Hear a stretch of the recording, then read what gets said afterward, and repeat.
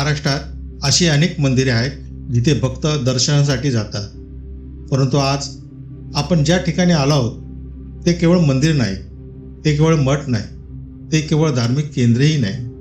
हे असे स्थान आहे जिथे भक्ती आणि सेवा एकत्र नांदतात, जिथे अध्यात्म आणि मानवता एकत्र येतात आणि जिथे हजारो भक्तांना अक्कलकोटच्या पवित्र भूमीची अनुभूती मिळते.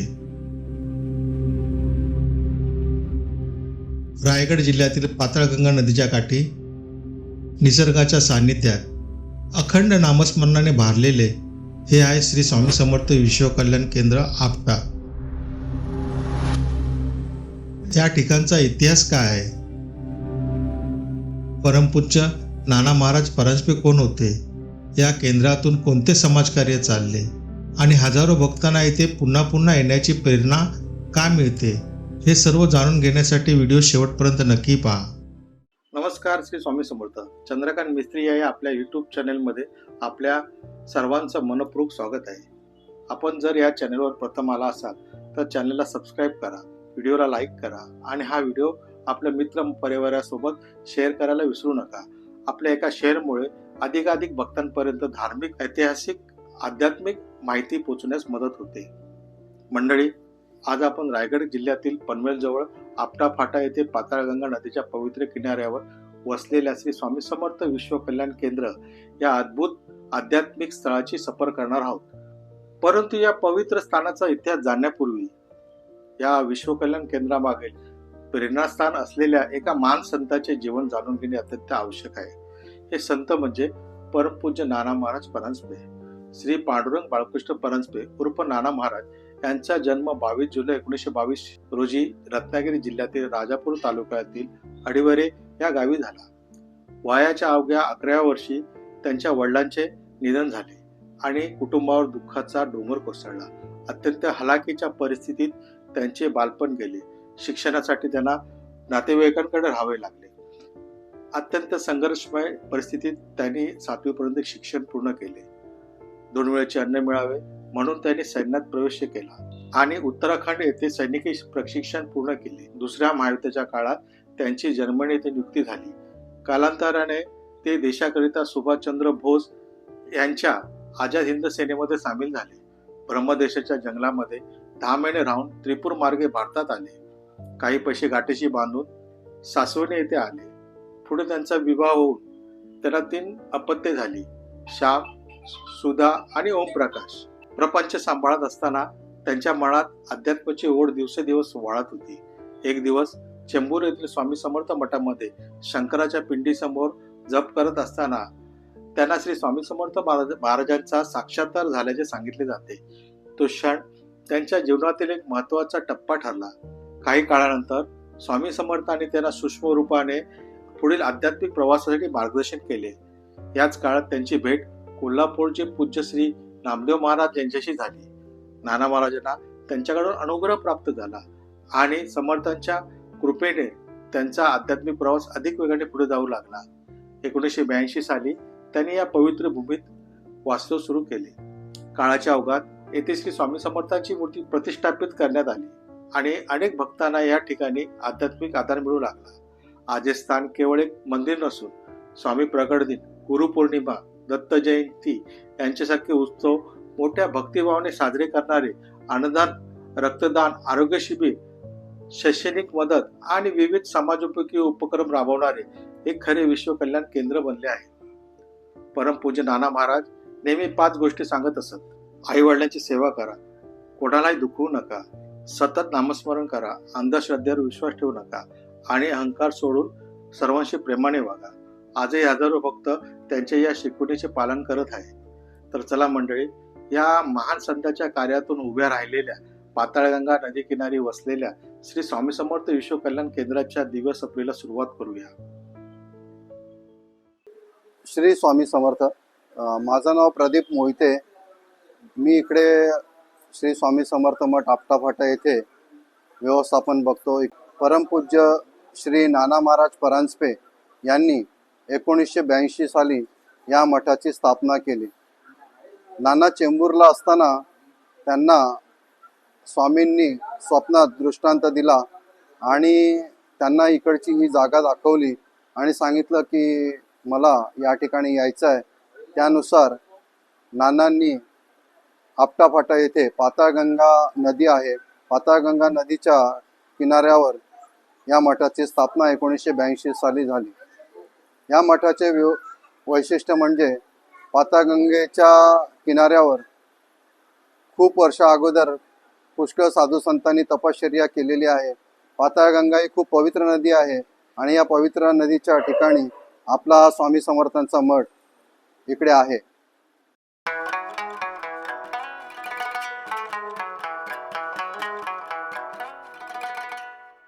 मुंबईपासून काही अंतरावर असलेले आपटाफाटा पनवेल परिसरातील हे ठिकाण आध्यात्मिक शांततेचे केंद्र मानले जाते. रस्त्याच्या दोन्ही बाजूंना हिरवागार निसर्ग, पक्ष्यांचा मधुर किलबिलाट आणि मन प्रसन्न करणारे वातावरण भक्ताला आधीच एका वेगळ्या अनुभूतीची जाणीव करून देते. मठाच्या प्रवेशद्वारातून आत पाऊल टाकताच शहरातील गोंगाट मागे पडतो आणि मन नकळत शांत होते. अनेक भक्त सांगतात की येथे आल्यावर अक्कलकोटसारखी अनुभूती मिळते. हा मठ पेण आणि पनवेलच्या अगदी मध्यावर आहे. म्हणजे जर तुम्ही पनवेलवरून ट्रेननी येत असाल तर पनवेलवरून ST स्टँडवरून अलिबाग किंवा पेण गाडी पकडून तुम्ही आपटाफाटा या स्थानकावर उतरल्यावर थोडंसं आत एक 5 ते 10 मिनटं चालत गेल्यावर तुम्हाला बाहेरच गणपतीची मूर्ती दिसते. इथून आत आल्यावर तुम्हाला हा स्वामींचा मठ बघायला मिळतो. वक्रतुंड महाकाय सूर्यकोटी समप्रभ निर्विघ्नं कुरु मे देव सर्वकार्येषु सर्वदा. महाकाय सूर्यकोटी समप्रभ निर्विघ्नं कुरु मे देव सर्वकार्येषु सर्वदा. वक्रतुंड महाकाय सूर्यकोटी समप्रभ निर्विघ्नं कुरु मे देव सर्वकार्येषु सर्वदा. वक्रतुंड महाकाय सूर्यकोटी समप्रभ निर्विघ्नं कुरु मे देव सर्वकार्येषु सर्वदा. वक्रतुंड महाकाय सूर्यकोटी समप्रभ निर्विघ्नं कुरु मे देव सर्वकार्येषु सर्वदा. परमपूज्य नाना महाराज परांजपे यांच्या दूरदृष्टीतून या केंद्राचा जन्म झाला. नाना महाराज हे श्री स्वामी समर्थ महाराजांचे निस्सीम भक्त होते. त्यांनी या जागेला संत भूमी म्हणून विकसित केले. विशेष म्हणजे येथे व्यावसायिकतेपेक्षा भक्ती आणि सेवा यांना अधिक महत्त्व देण्यात आले.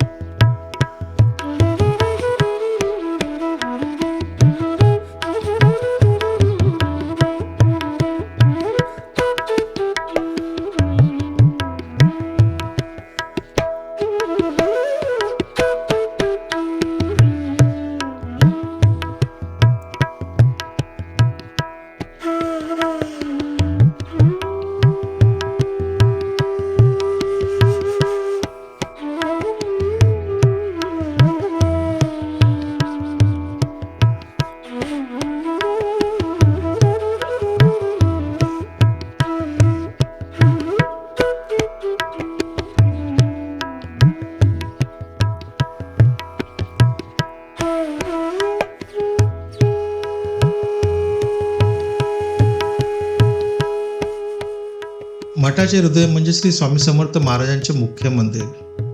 दररोज सकाळ संध्याकाळ आरती, नामस्मरण, भजन आणि विविध धार्मिक कार्यक्रम इथे पार पडतात. स्वामींच्या दर्शनाने अनेक भक्तांच्या डोळ्यात आनंदाश्रू दिसतात.